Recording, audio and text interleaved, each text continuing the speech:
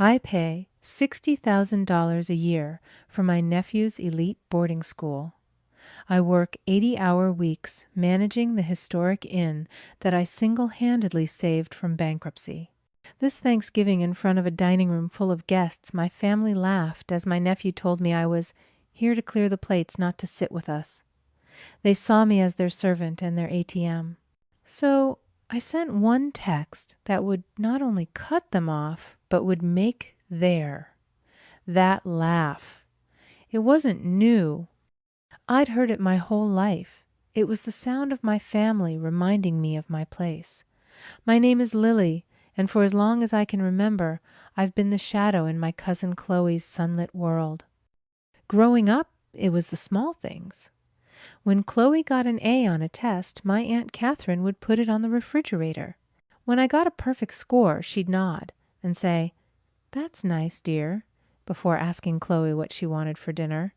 Chloe was the star, the golden child, the one destined for a life of ease and admiration.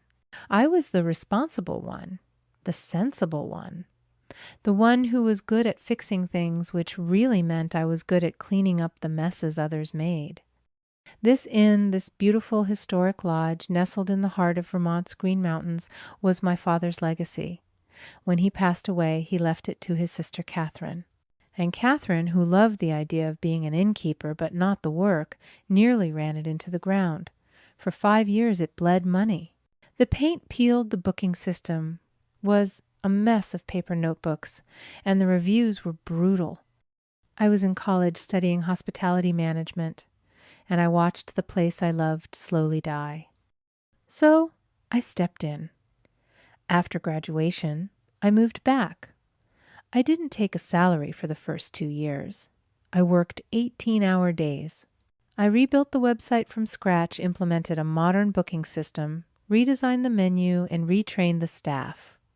I poured every ounce of my energy into bringing this place back to life. And it worked.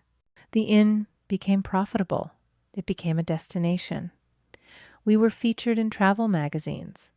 We were booked solid a year in advance for the autumn foliage season.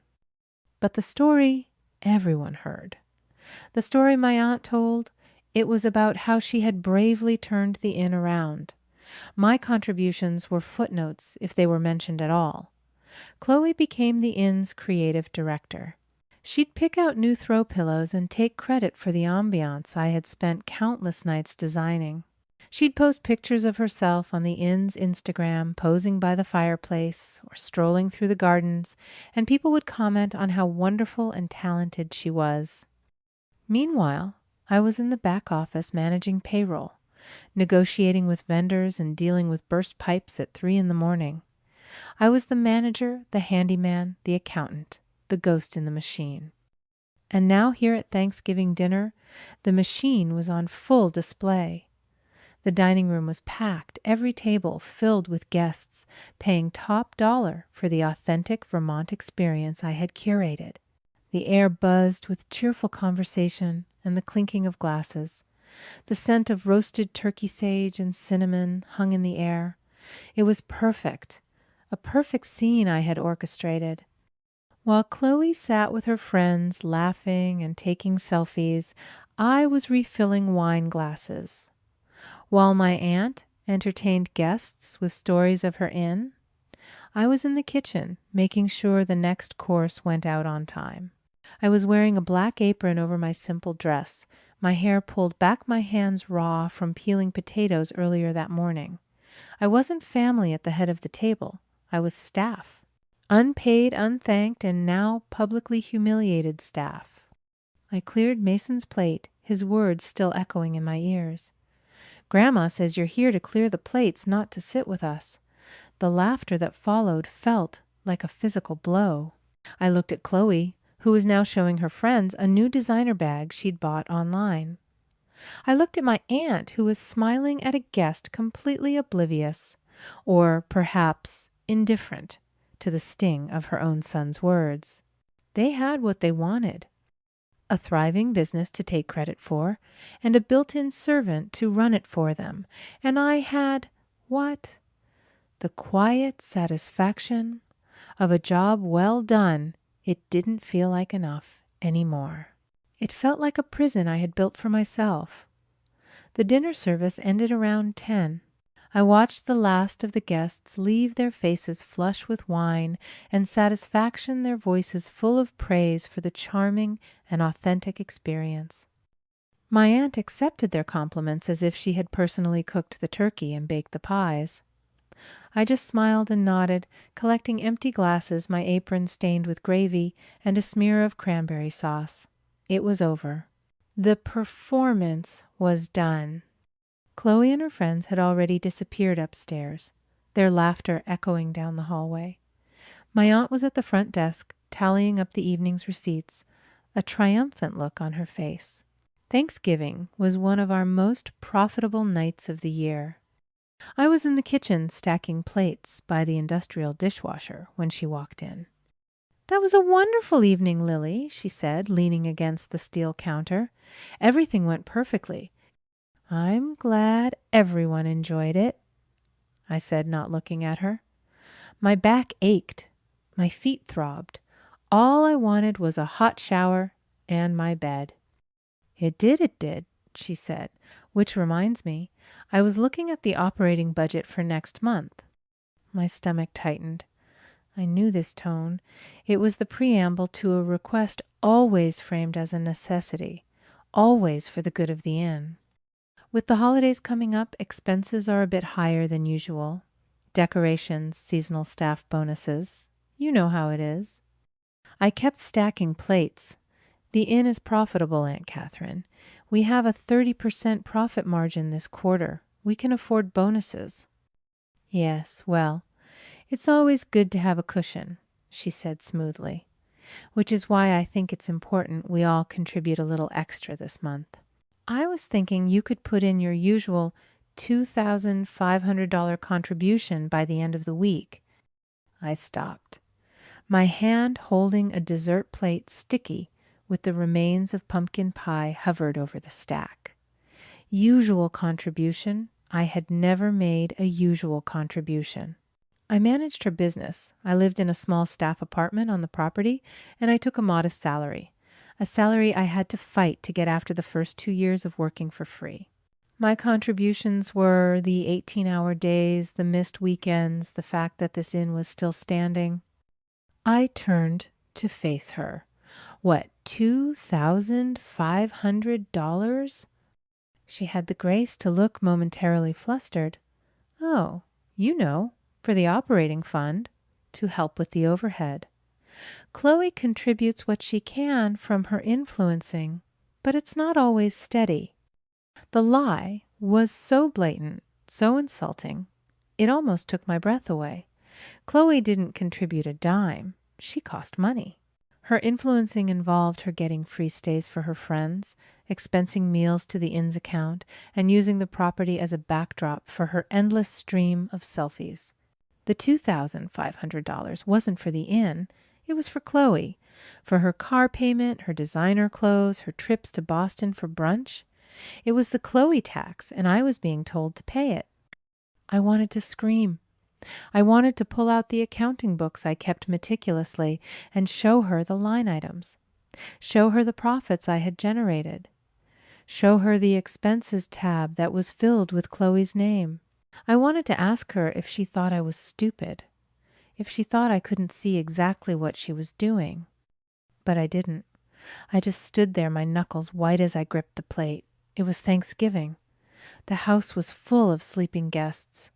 A fight now would be messy. It would be drama. And in my family, causing drama was the one unforgivable sin, a sin only ever attributed to me. Why didn't I just say no? It's a fair question. It's the question you're probably screaming at me right now. Just walk away. Tell her to get lost. It seems so simple from the outside. But you have to understand, I was living in a prison without bars. A prison built over 27 years, its walls constructed from 1,000 tiny dismissals, a million moments of being told my feelings were an overreaction, my needs were an inconvenience. That's the insidious trap of long-term emotional abuse, especially from family. It's not a sudden attack. It's a slow, steady erosion of your own reality. It's the subtle gaslighting that makes you question your own sanity. When you're a child and you say, "That hurt my feelings," and the response is, "Don't be so sensitive," you learn that your feelings are wrong. When you're a teenager and you point out an injustice and you're told you're always so dramatic, you learn that your perception of fairness is flawed. After years of this, you build an invisible cage around yourself. You learn that compliance is survival. You learn that keeping the peace, even at the cost of your own soul, is the path of least resistance. The bars of this cage are made of guilt, of obligation, of the desperate, childish hope that if you're just good enough, just quiet enough, just compliant enough, that one day they'll finally see you. They'll finally love you. So you don't scream, you don't fight, you swallow the words, you push down the rage, and you do what's expected. Because the thought of the confrontation, the accusations of being selfish, ungrateful, difficult, is more terrifying than the quiet pain of submission. You're not weak, you're a survivor, and you've learned that in this specific toxic ecosystem, this is how you survive. I set the plate down gently on the stack. "Okay," I said, my voice barely a whisper. "I'll transfer it in the morning." My Aunt Catherine smiled a bright, relieved expression that didn't reach her eyes. "Thank you, honey. I knew I could count on you. You've always been the responsible one." She patted my arm, then turned and left the kitchen, leaving me alone with the mountain of dirty dishes and the deafening sound of my own silence. I went back to my small apartment above the garage, the one that came with the job of being the family's resident ghost. I didn't shower. I just collapsed onto my bed, still in my work clothes, the smell of roasted turkey and other people's good times clinging to me. I was too tired to be angry. The exhaustion had settled deep in my bones, a familiar ache that felt like resignation. This was just my life. This was my role. I'd pay the money in the morning. I'd keep the peace. I'd survive. I picked up my phone, my thumb scrolling mindlessly through social media. It was a habit, a way to numb the quiet hum of unhappiness that was the soundtrack to my life.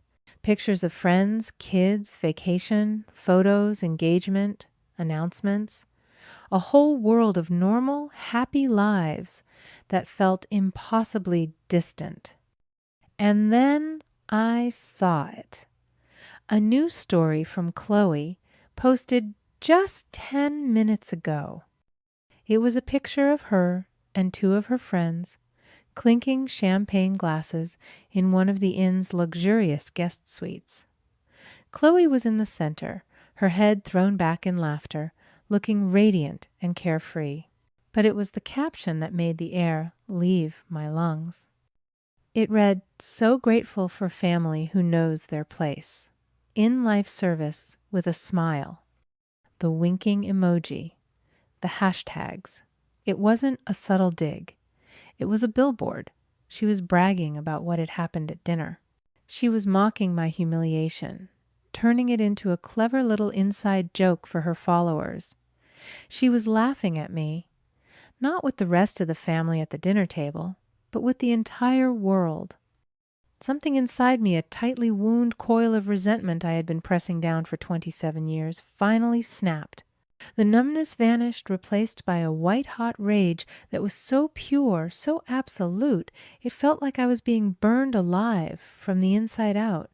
The invisible prison I'd lived in for so long suddenly had very visible bars, and I finally had the strength to start rattling them.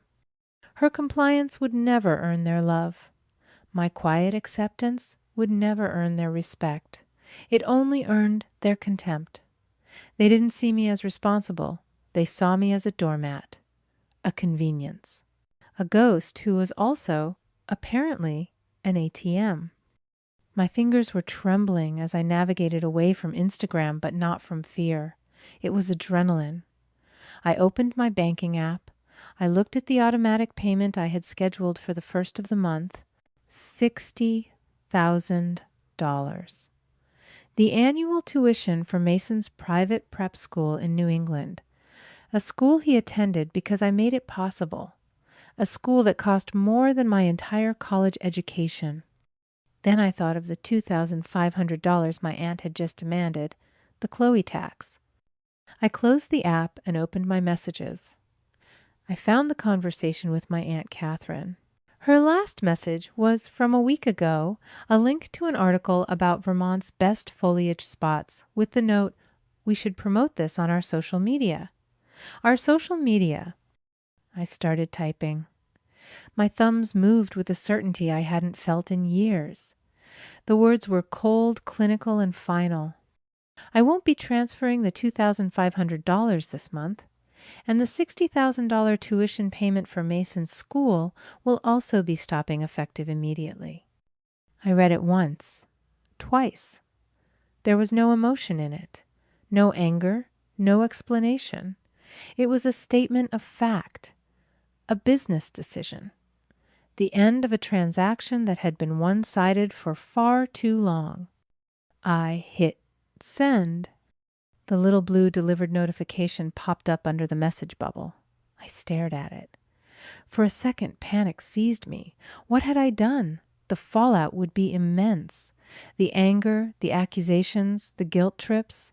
But then another feeling washed over me, pushing the fear aside. Freedom. It felt like taking a deep breath after being held underwater for a lifetime. The prison door wasn't just unlocked. I had kicked it off its hinges.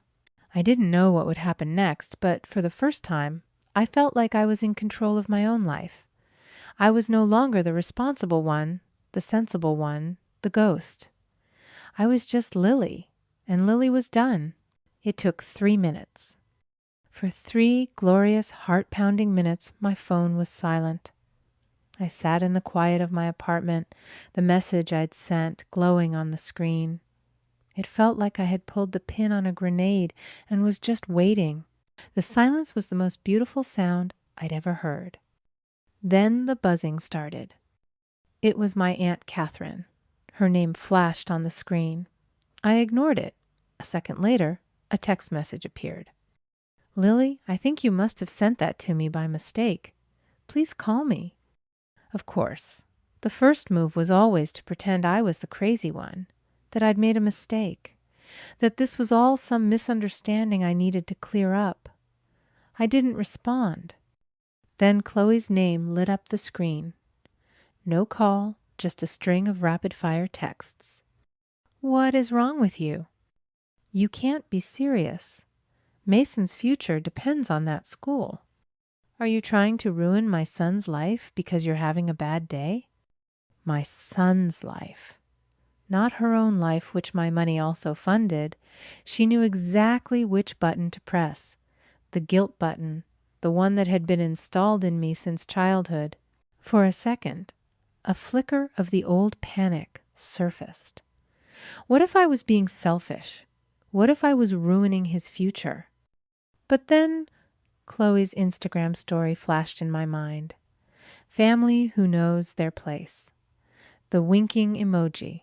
The casual cruelty. No, I wasn't the problem here. My phone rang again. Aunt Catherine. This time I answered. I put it on speakerphone and set it on the table. "Lily, thank God," she said, her voice dripping with feigned relief. "I was so worried. You sent me the strangest message." "It wasn't a mistake," I said. The silence on the other end was heavy. When she spoke again, the fake concern was gone, replaced by a cold, sharp edge. "What did you say?" "I said I'm not paying any more," I repeated. "Not the $2,500 for Chloe, and not the $60,000 for Mason's tuition." "You can't do that," she said. "It wasn't a question. It was a command. We have an agreement." "You had an expectation. I corrected. You expected me to be the family's silent benefactor, while you all treated me like the hired help. That expectation is now officially canceled. After everything we've done for you, she snapped, and I almost laughed. It was the classic line, the one they always pulled out. Giving you a place to live, a job? You gave me a job managing your failing business, which I turned into a profitable inn. You gave me a small apartment on the property in lieu of a real salary for years. Don't talk to me about what you've done for me. I've paid for it 10 times over. You are being incredibly ungrateful, she hissed. Do you have any idea how much this family depends on your support? Yes, I said. That's the problem. I'm not a support system. I'm a person. The person whose nephew just publicly humiliated her while the rest of you laughed. He's a child. He was just repeating something he heard. Exactly, I said. He was repeating what he heard from you. Then Chloe's voice erupted in the background. Give me the phone. There was a scuffle, and then my cousin was on the line, her voice shrill. You think you can just cut us off? After all the money Mom and Dad spent on you growing up? They didn't spend anything on me, Chloe. They spent it on you. I got scholarships. I worked 3 jobs. Remember? You're just bitter, she screamed. You're bitter because I have a family and a life, and you have nothing but that stupid failing inn. The inn isn't failing, I said calmly. It's thriving, so much so that it can fund your shopping habits and your son's outrageously expensive education, but not anymore. You'll regret this, Lily. My aunt's voice came back cold as ice. You are tearing this family apart over a few dollars. You are choosing money over your own blood. No, I said, and the clarity was breathtaking. You are the ones who have been choosing money over blood for years. My money. My blood. The only thing changing is that I'm no longer willing to bleed for you. I hung up. My phone immediately started buzzing again, a relentless, frantic rhythm against the kitchen table. Calls and texts, one after another. Catherine, Chloe, Catherine, again. I watched their names flash on the screen, a digital assault. They weren't calling to apologize. They weren't calling to understand. They were calling to bully me, to manipulate me, to force me back into my box. They weren't angry because they missed me, or because they were worried about me. They were angry because the ATM was out of service. I picked up the phone, held down the power button, and turned it off. The buzzing stopped. For the second time that night, the silence was the most beautiful sound I'd ever heard. The peace lasted for 2 days. 2 quiet, blissful days where my phone remained off, and the only sounds were the wind in the pine trees and the gentle creak of the old inn's floorboards. I worked. I caught up on paperwork, updated the inventory, and planned the winter menu. It felt normal.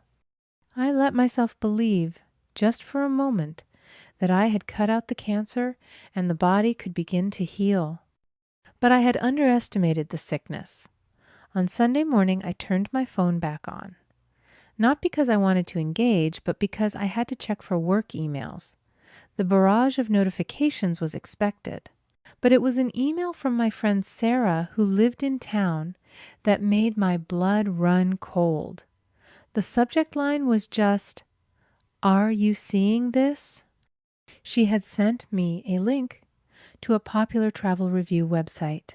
I clicked on it, and there it was. Our inn, the Autumn Leaf Lodge, which for 2 years had maintained a pristine 4.9-star rating, was now sitting at a 3.2. Overnight, a dozen 1-star reviews had appeared. They weren't from real guests. I knew that instantly. The names were generic, the accounts all brand new, and the details, they were poison. Pure, calculated poison. Absolutely horrible experience, one read. The manager, a woman named Lily, was incredibly rude. Seemed like she hated her job and all the guests. The place is also filthy. I found hair in my food, and the sheets on the bed were definitely not clean. Another one. Do not stay here. The place is a scam, overpriced for what you get. The woman who runs it, Lily, was dismissive and unhelpful when we complained about the lack of heating in our room. She told us to just put on a sweater. Unprofessional and frankly unsafe. It went on. A review from Mark W. claimed he saw me being rude to my own family during Thanksgiving dinner. A review from Jessica P. claimed I had overcharged her credit card and refused to issue a refund. A review from David R. alleged that the beautiful photos on the website were a lie, and the inn was a run-down, neglected tourist trap. Every review mentioned me by name. Every review was a lie, but a plausible one. A lie that, to a potential guest scrolling through options, would be a giant red flag. This wasn't just an angry outburst in a group chat. This was a coordinated attack on my livelihood, on the thing I had poured my soul into for 5 years. It was one thing to be the family ATM, the overlooked daughter, the convenient servant. It was another thing entirely to have them try to burn down the bank. I clicked on Chloe's Instagram profile. She'd posted a new photo, her and Mason smiling in front of a brand new 70-inch television. The caption read, "Finally got this installed. So excited for family movie nights.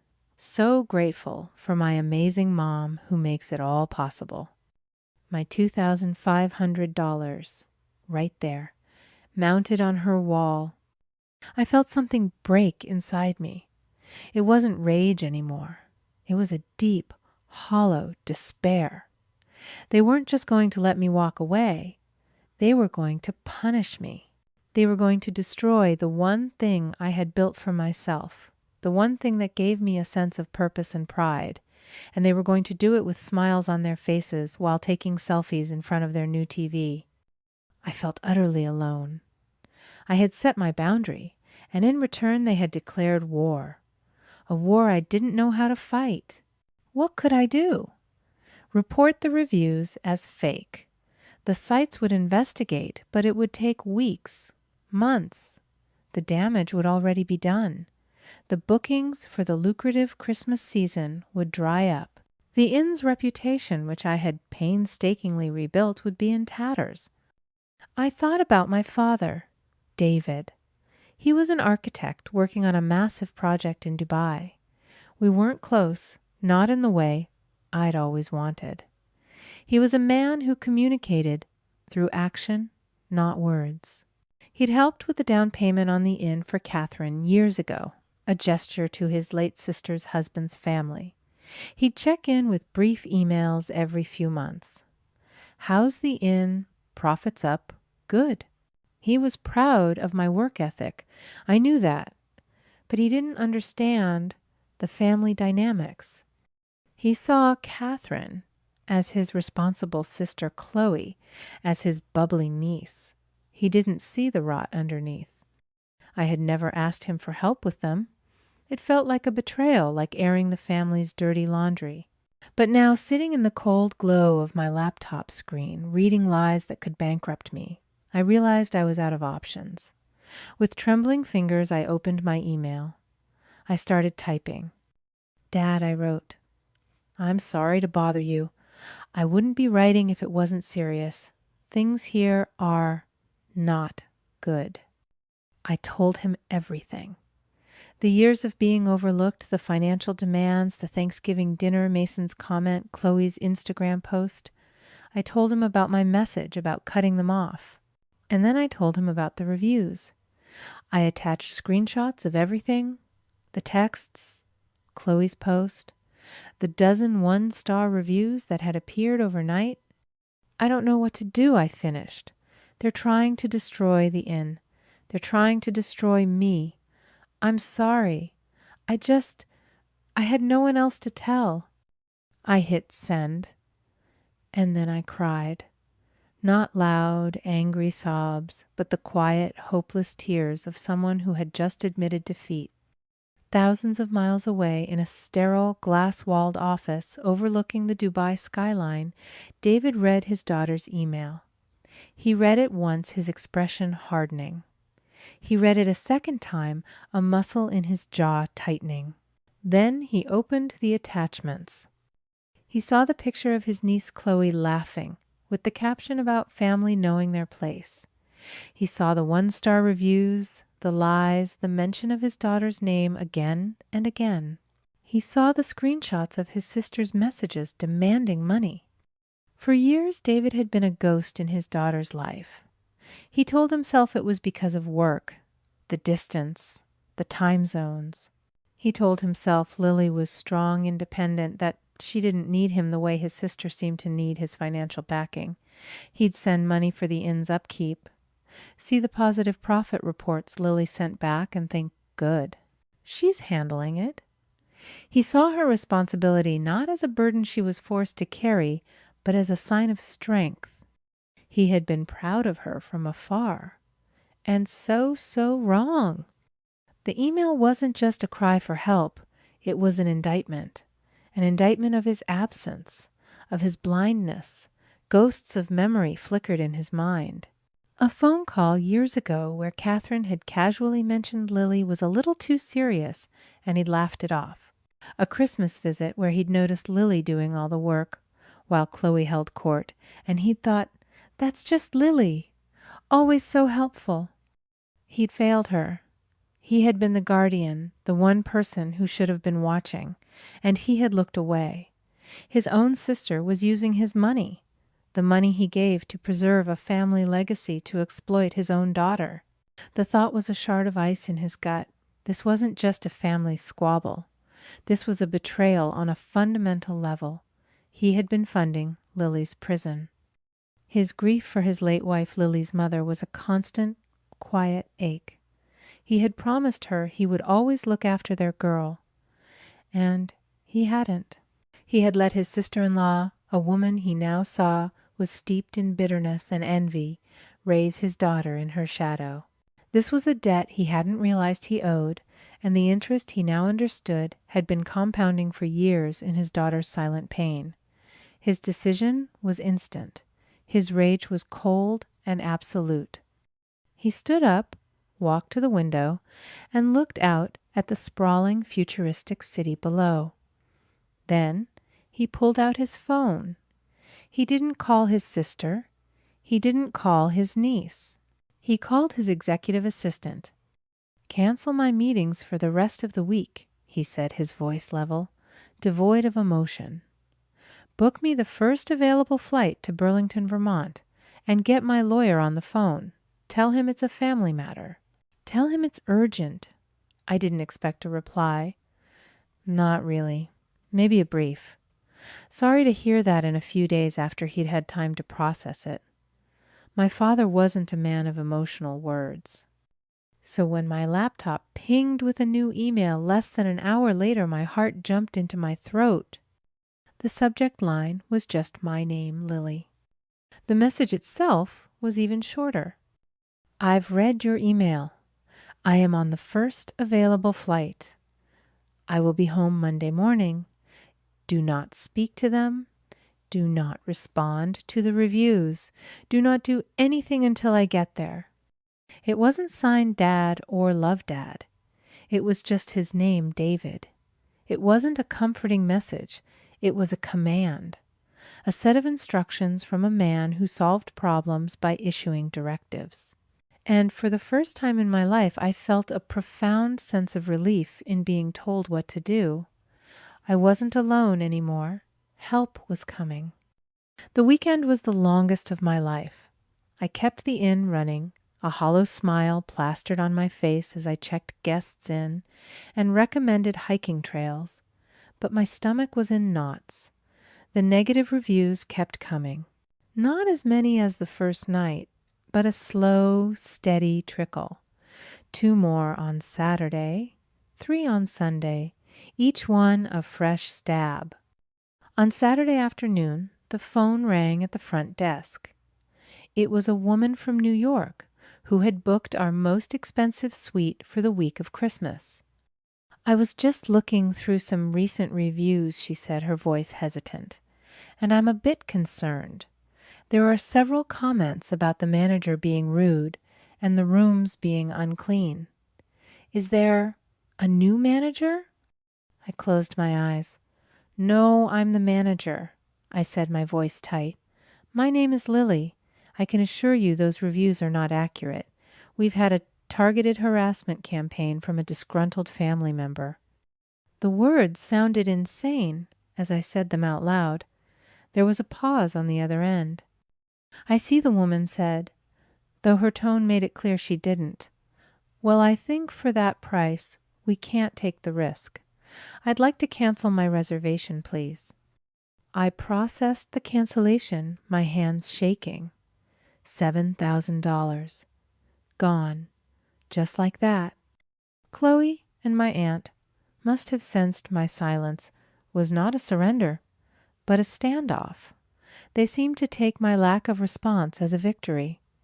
On Sunday, Chloe posted a picture of a new pair of expensive boots. The caption, "Sometimes you just have to treat yourself when people are being difficult." Retail therapy. My aunt texted me once, "I hope you're thinking about the damage you're doing to this family, Lily. This can all stop if you just do the right thing." Do the right thing. Send the money. Go back in my box. I deleted the message without responding. I just had to hold on until Monday.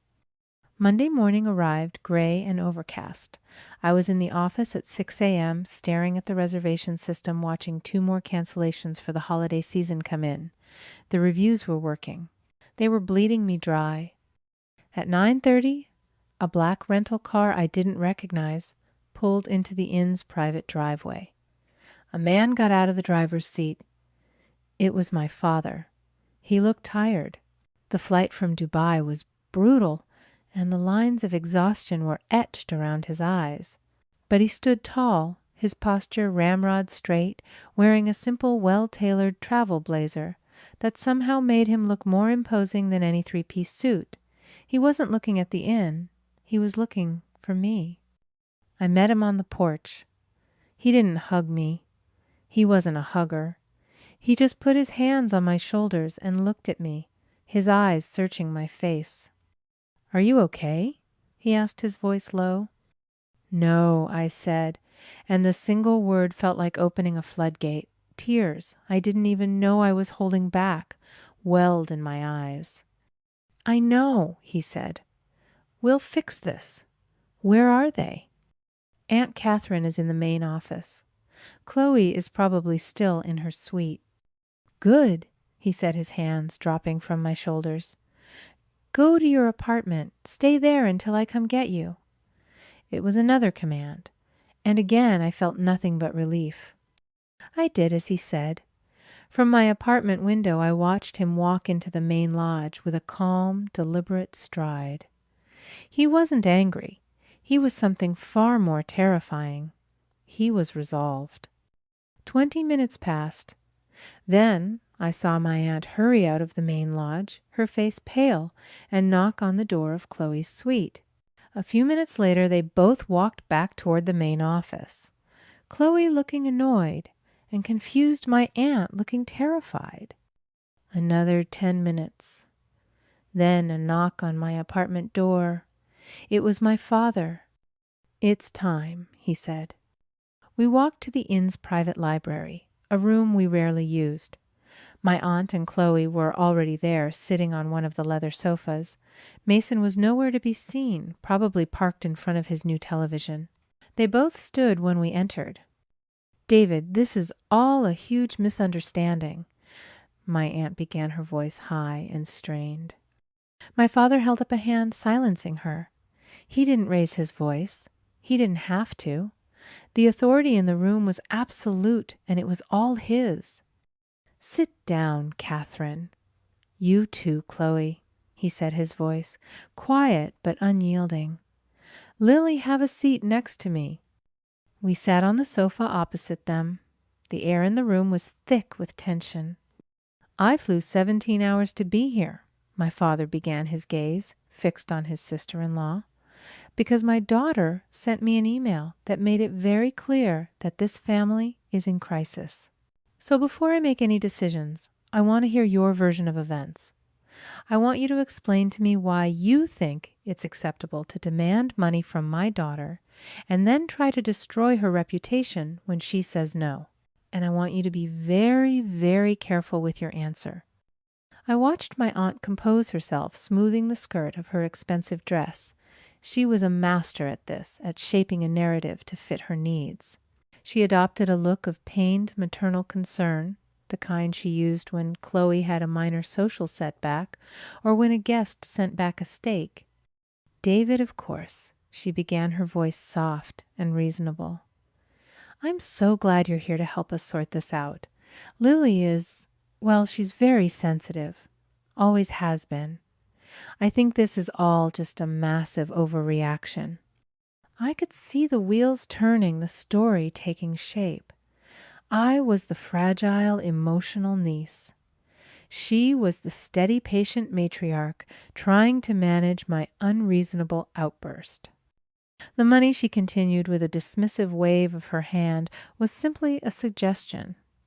We're a family, and we all contribute to the family business. I thought Lily, as the manager, would understand the need to reinvest. It was never a demand. She took it completely the wrong way." Chloe, seeing her mother's lead, jumped in. "And the reviews, what was I supposed to do? She was being completely impossible, cutting us off over nothing.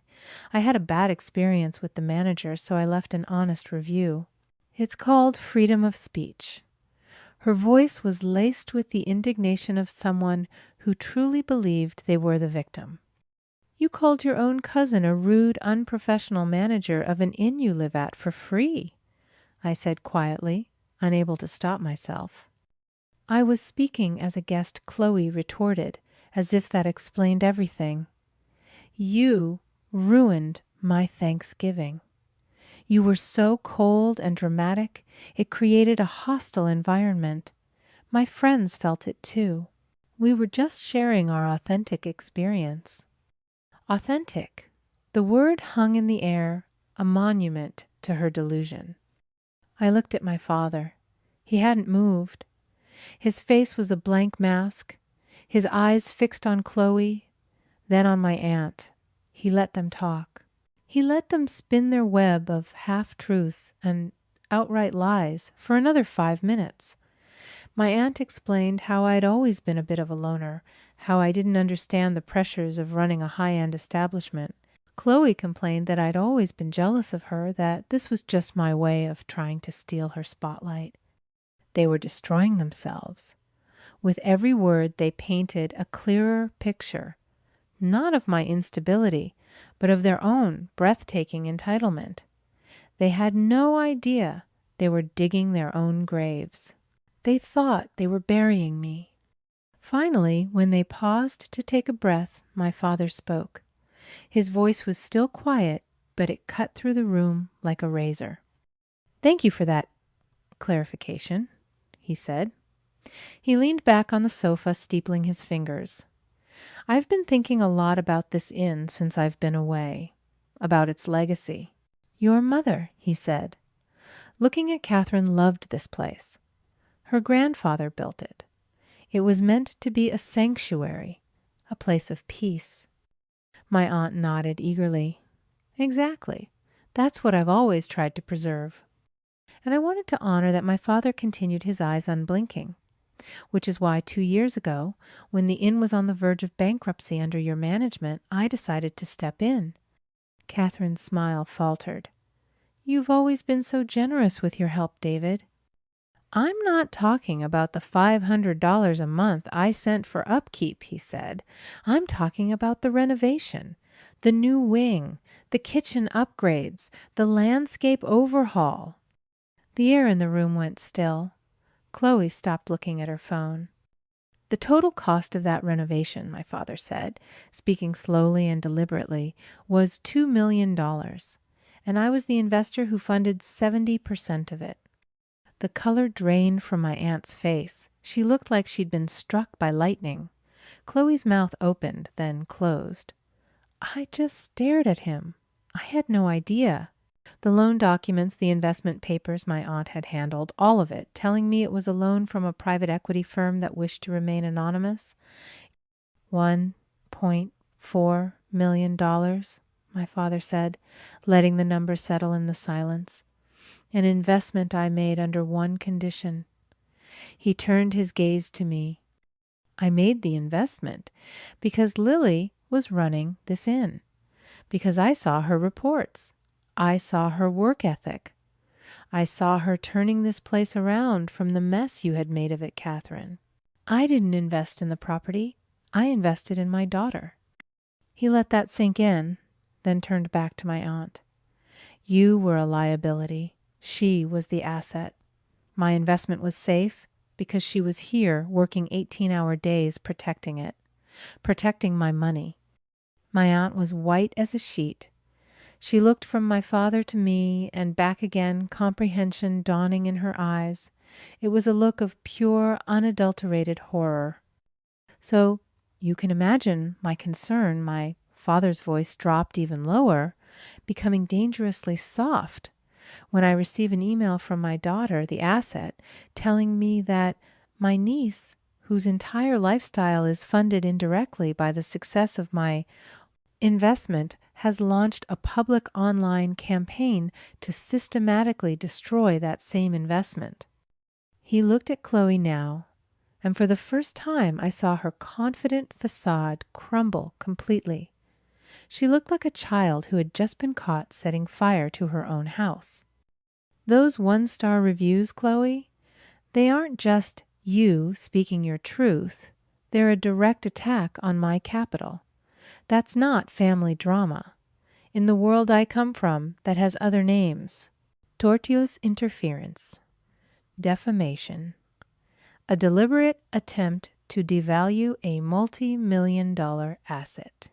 He leaned forward, placing his elbows on his knees. The quiet architect was gone. In his place was a ruthless businessman, a man who built skyscrapers and negotiated deals worth hundreds of millions of dollars. A man you did not cross. So he set his gaze sweeping over both of them. The version of events I'm seeing is a bit different than yours. The version I see is that you have been exploiting my daughter for years, treating her like an employee you don't have to pay while using the profits.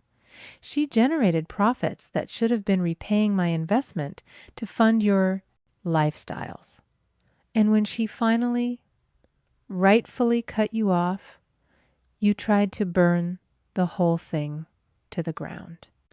He stood up and walked to the fireplace, standing with his back to them, looking at the family portraits on the mantel. A portrait of my grandparents, a wedding photo of my aunt, a picture of Chloe at her high school graduation. There were no pictures of me. So, the version of events I'm seeing is a bit different than yours, he repeated. And now we're going to discuss the consequences. The silence that followed was a physical thing. It pressed in on us, heavy and suffocating. My Aunt Catherine stood frozen her face, a mask of disbelief. Chloe had sunk back onto the sofa, her phone forgotten in her hand, her mouth slightly open. They looked like statues, a tableau of arrogance shattered. I almost felt a flicker of pity. Almost. But then I remembered Mason's smirk, the casual cruelty in his voice. I remembered Chloe's winking emoji, the laughter in her caption. I remembered the years of being invisible, of being useful, of being taken for granted, and the pity vanished. My father broke the silence. He didn't raise his voice. He simply took out his phone. Let's start with the immediate liabilities, he set his tone, clinical as if he were discussing a line item in a construction budget. He made a short phone call. I could only hear his side of it. Yes, hello. I need to report a card as compromised and have it canceled immediately. The name is Chloe, Chloe. That's the one. No, don't issue a replacement. Just cancel it. Permanently. Thank you. He hung up. Across the room, Chloe's phone buzzed. She looked down at it, her expression turning from shock to confusion, then to outright panic. I could guess what she was seeing. A notification from her banking app. A credit card. Once her gateway to a life of effortless luxury, now just a useless piece of plastic. The credit card my father paid for. The credit card that was ultimately funded by the profits I had generated for this inn. The ATM was officially out of service. David, what have you done? Catherine whispered, her voice trembling. It's called risk management. Catherine, my father said, not looking at her. He was scrolling through his contacts. When a liability becomes too great, you cut it off. He found the number he was looking for. Now, for the long-term assets, he said, and my blood ran cold. I knew what was coming next. Lily, what's the name of the headmaster at Mason's school? Dr. Alistair Finch, I said, my voice barely audible.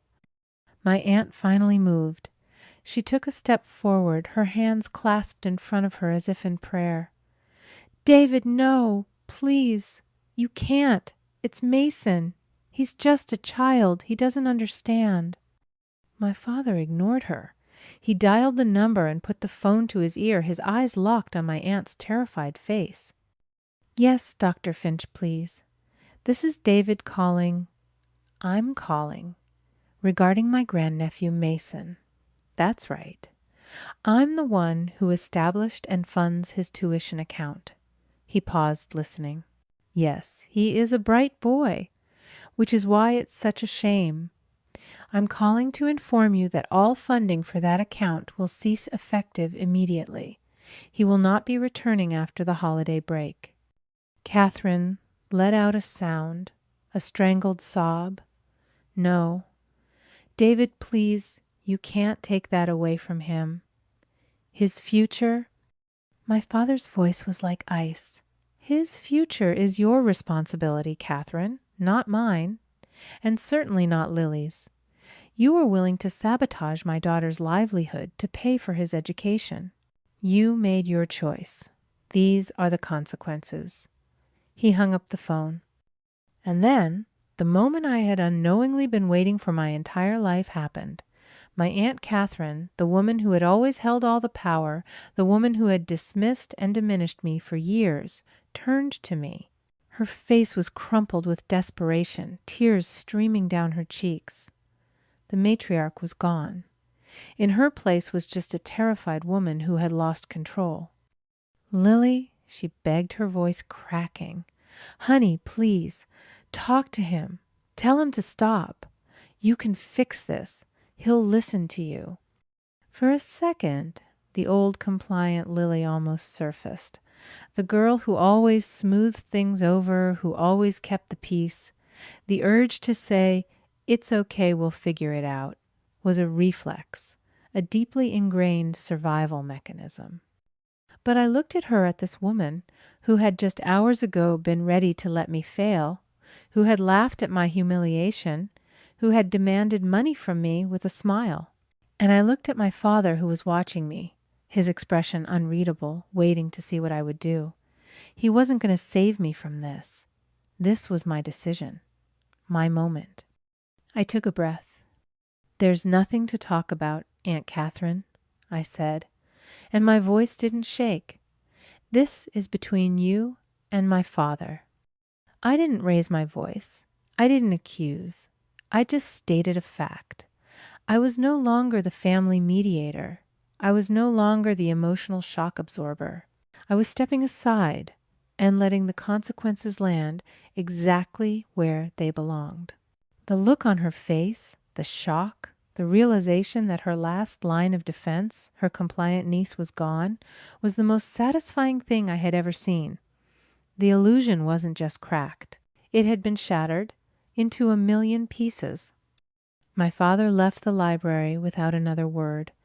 The door clicked shut behind him, leaving a silence that was louder than the argument.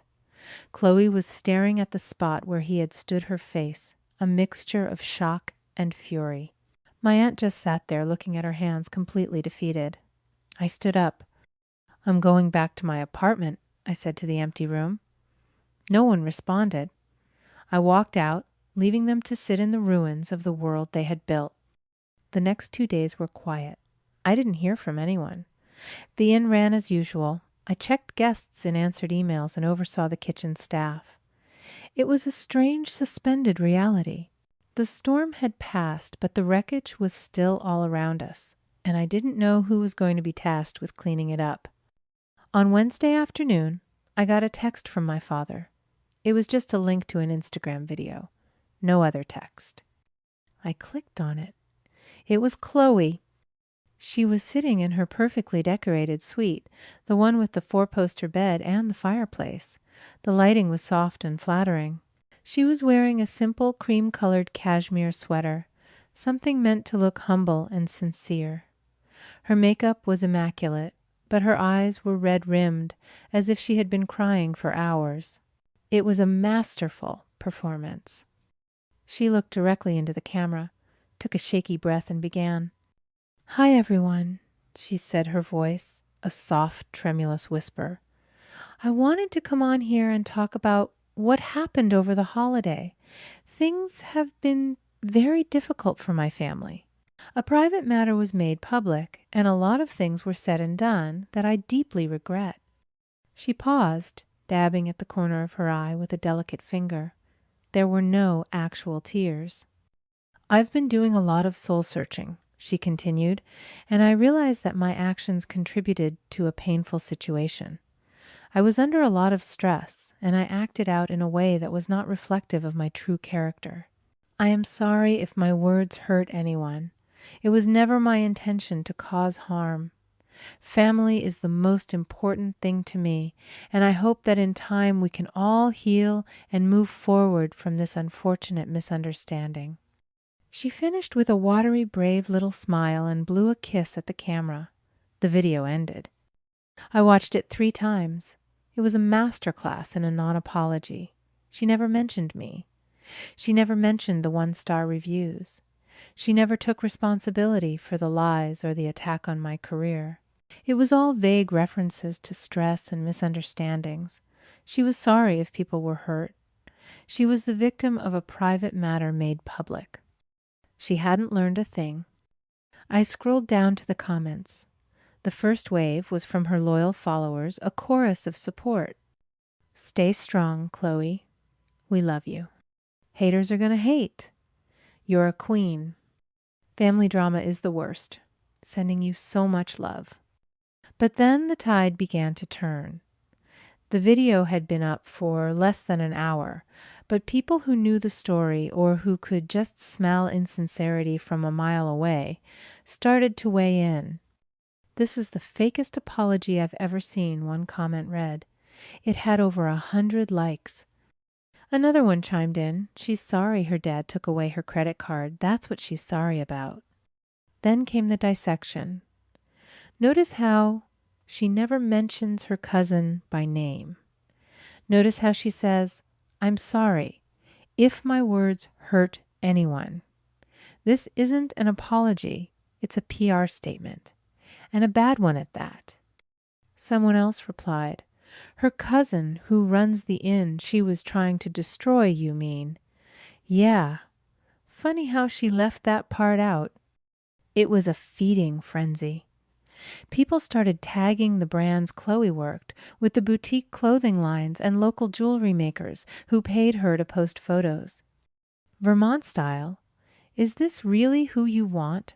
Representing your brand, a bully, who tries to ruin her family's business and then posts a crocodile tear apology. Hey, Maple Syrup Chick, did you see the 1-star reviews she left? Is that the kind of authenticity you support? I watched mesmerized. I hadn't done this. I hadn't asked anyone to do this. This was the internet's own form of justice. Chloe had built her career on a carefully curated image of authenticity and aspirational living. Now, that same audience was holding her accountable for failing to live up to her own brand. By evening, her follower count, which had been steadily climbing past 50,000, had started to drop, first by a few hundred, then by 1,000, then 2,000. The next morning, the first brand made a public statement.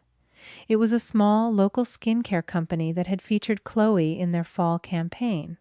They posted a brief professional note on their Instagram story. In light of recent events, we have decided to suspend our partnership with Chloe effective immediately. We are a brand that values family integrity and kindness, and we cannot align ourselves with behavior that does not reflect those values. That was the first crack in the dam. Within hours, 2 more brands followed suit. A boutique hotel she had a deal with, a clothing company that had sponsored 3 of her posts. They all released similar statements distancing themselves from her as quickly as possible. Chloe's carefully constructed world of influence and affiliate links was collapsing in real time, and she had done it all to herself. Her apology video, the one meant to smooth everything over, had only served as gasoline on the fire. It proved to everyone what I had learned that Thanksgiving night. Underneath the cashmere sweaters and the perfect lighting, there was nothing real there at all. The aftermath was quiet. After Chloe's apology video backfired and became its own little internet tragedy, the barrage of messages stopped. The angry calls ceased. It was as if my family had finally run out of ammunition and retreated into a stunned, resentful silence. My father stayed for another week. He was a quiet presence at the inn, a ghost from a life I barely knew. He'd sit in the library taking business calls, his voice a low, authoritative murmur. He ate his meals in the dining room, always at a small table by the window, and he treated the staff with a quiet courtesy that made them adore him. He didn't bring up Catherine or Chloe. He didn't talk about the money, or the reviews, or the future. We just coexisted. It was the most time I'd spent with him since I was a child, and we were practically strangers. Then, on the Friday before he was due to fly back to Dubai, he asked me to meet him at his lawyer's office in Burlington. I drove the hour in a nervous fog with no idea what to expect. Was he going to lecture me? Ask me to make peace? The office was on the top floor of a modern building, all glass and steel. It felt a world away from the rustic warmth of the inn. Mr. Abernathy, my father's lawyer, was a kind-faced man in his 60s with gentle eyes. He greeted me warmly and showed me into a conference room. My father was already there, staring out the window at the city below. On the polished mahogany table was a thick stack of documents. The lawyer slid the top page toward me. "This is the final transfer of ownership," he said gently. 100%. I looked down at the paper. It was a deed, and there was my name, Lily, sole proprietor of the Autumn Leaf Lodge. All its assets, its land, its brand, mine. I read the words, but they didn't quite register. 100%. I looked at my father. "I spoke with Catherine," he said, his voice level. "She's agreed to sell her remaining shares. I bought them. And now I'm giving them to you." "Why?" I whispered. He finally turned from the window to look at me. "Because it was always supposed to be yours, Lily. Not legally, maybe, but morally. You're the one who saved it. You're the one who loves it." I was just too blind to see what was really happening. He looked down at his hands. "This doesn't fix the years I was absent. I know that. But it's a start. It's what's right." I signed the papers in a daze. My signature, the one I'd scribbled on invoices and supply orders for years now, felt different. Heavier. When it was done, Mr. Abernathy shook my hand. "Congratulations, Miss Lily. You've earned it." On the drive back to the inn, I kept touching the folder on the passenger seat as if to make sure it was real. The inn was mine. The weight of it, the freedom of it, was overwhelming. I could sell it. I could take the profits and move anywhere, leaving Vermont and its ghosts behind. And for a moment, I was tempted. But as I stood on the porch that evening, looking out at the mountains bathed in the soft glow of sunset, I realized that would be their kind of victory. Running away. Defining my life by their absence. Instead, I thought about the young woman. I had been the one who worked 3 jobs to get through hospitality school, the one who dreamed of creating places where people felt welcomed and seen, the girl who was told she was there to clear the plates, not sit at the table. And I knew what I had to do. I called Mr. Abernathy the next morning. I wanted to set something up. Not a trust fund for a spoiled child, but a foundation, a scholarship. We called it the Autumn Scholarship.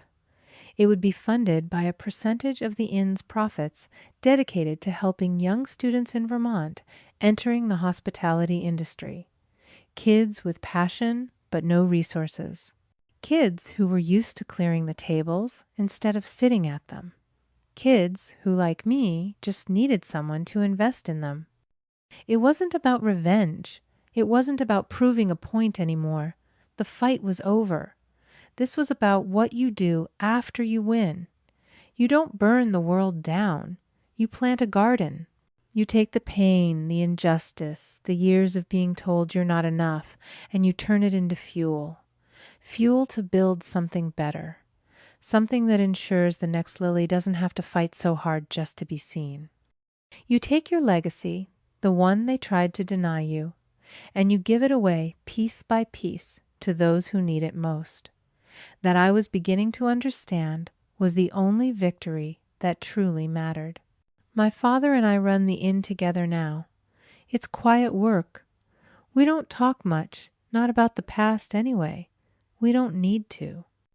Our new relationship is built in the silent moments, in the way he hands me a cup of coffee in the morning without asking, in the way I leave financial reports on his desk, knowing he'll review them and trust my judgment. The inn is thriving more than ever, but it's a different kind of success now. It's quieter, calmer. I heard through my father that Catherine sold her house and moved into a small condo a few towns over. Chloe deleted her Instagram account. She's working an office job somewhere, trying to build a life out of the spotlight. I don't feel satisfaction when I think of them. I don't feel much of anything at all. They're just ghosts from a story that isn't mine anymore. The real legacy of that shattered autumn isn't the inn, or the money, or the fallout. It's the scholarship. Last month, we awarded the first autumn scholarship to a young woman named Maya. She's 19, working 2 jobs to put herself through hospitality school. During her interview, she told me she wanted to one day run a place where every guest and every employee felt seen and valued. She reminded me of me, but with a fire in her eyes I hadn't found until it was almost too late. Watching her tour the inn, her face full of dreams, I realized my story was never just about me. It was about all of us, the quiet ones, the responsible ones, the ones who live on the edge of the family photo, just barely in frame. And maybe that's you? Maybe you're listening to this right now and it feels painfully familiar. Maybe you're the one who always remembers the birthdays, but yours is quietly forgotten. Maybe you're the one who shows up, who helps out, who writes the checks, who fixes the problems, all while being told you're too sensitive when you dare to ask for anything in return. Maybe you've spent your life being the reliable, sensible, responsible one, and in doing so, you've accidentally made yourself invisible. You're the family's foundation, but you feel like the floorboards everyone walks over. I need you to hear this. You are not invisible. I see you. Your worth is not measured by their recognition. It isn't tied to how useful they find you. It is not conditional on your silence. Your value is inherent. It was there before they overlooked you, and it will be there long after you decide to stop waiting for them to see it. You are not just the supporting character in someone else's story. You are the lead in your own. You have the right to take up space, to have needs, to set boundaries. You have the right to stop being the family's shock absorber. You are allowed to stop setting yourself on fire to keep others warm. My father and I stood on the porch the other day watching the first of the autumn leaves begin to fall. He turned to me, his face thoughtful. "You know," he said, "I think your mother would have been proud of this place. Of you." I used to live for words like that. I used to ache for them. But now they're just a nice bonus, a gentle echo of a truth I finally learned to find on my own. The real legacy wasn't the inn my father invested in, or the money he gave me. The real legacy was the moment I realized I was worthy of sitting at the table, even if it meant I had to build that table myself.